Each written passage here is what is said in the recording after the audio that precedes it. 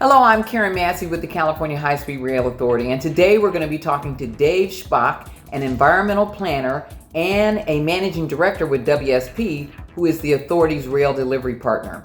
And one of the things we're talking to Dave about is impacts of high-speed rail on animals. And Dave should know about this because he's also the San Jose to Merced project director for high-speed rail. Well, Dave, we've had people working with us on this project from the beginning about impacts on animals. What kind of pathways are going to be built to get the animals from one side of the tracks to the other? Karren, the type of pathways that are intended take two forms. Where the high-speed rail guideway can be elevated across areas where animals presently move or habitate, the crossings would be underneath that guideway. In general, the supports for those viaduct structures are sufficiently broad, so at 110-foot spacing, for example, that for most animals, that kind of spacing is virtually invisible.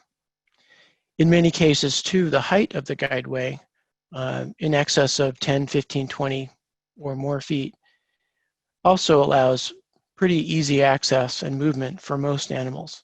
There are a few, such as elk, that are reluctant to cross underneath any type of structure.